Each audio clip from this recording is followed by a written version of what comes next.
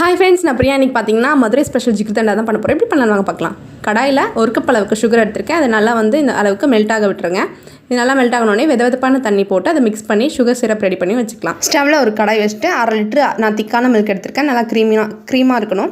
அதை நல்லா இந்த அளவுக்கு காய்ச்சி திக்காக விடுங்க. அதுக்கப்புறம் ஒரு 2 ஸ்பூன் சக்கரை போட்டு அதையும் நல்லா திக்காக விட்டுருங்க.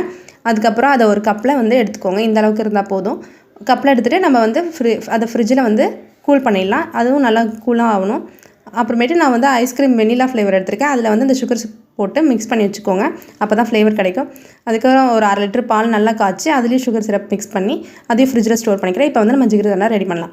பார்த்திங்கன்னா ஒரு கிளாஸில் 2 ஸ்பூன் பாதாம் பிசின், 2 ஸ்பூன் நன்னாரி சர்பத், அதுக்கப்புறம் அந்த பாலாடை எடுத்து வச்சுருக்கோம் இல்லையா, அதையும் 2 ஸ்பூன் போட்டுட்டு அந்த காய்ச்சி ஃப்ரிட்ஜில் ஸ்டோர் பண்ண பாலையும் இதுலேயே நான் மிக்ஸ் பண்ணிக்கிறேன். அதுக்கப்புறம் மேலே ஐஸ்கிரீம் வச்சு கொஞ்சோண்டு சுகர் சிரப் விட்டால் நம்மளுடைய மதுரை ஜிகிர்தண்டா ரெடி. உங்களுக்கு இந்த வீடியோ பிடிச்சிருந்தா லைக் பண்ணுங்கள், ஷேர் பண்ணுங்கள். பிரியா தாஸ் லைஃப் ஸ்டைலை சப்ஸ்கிரைப்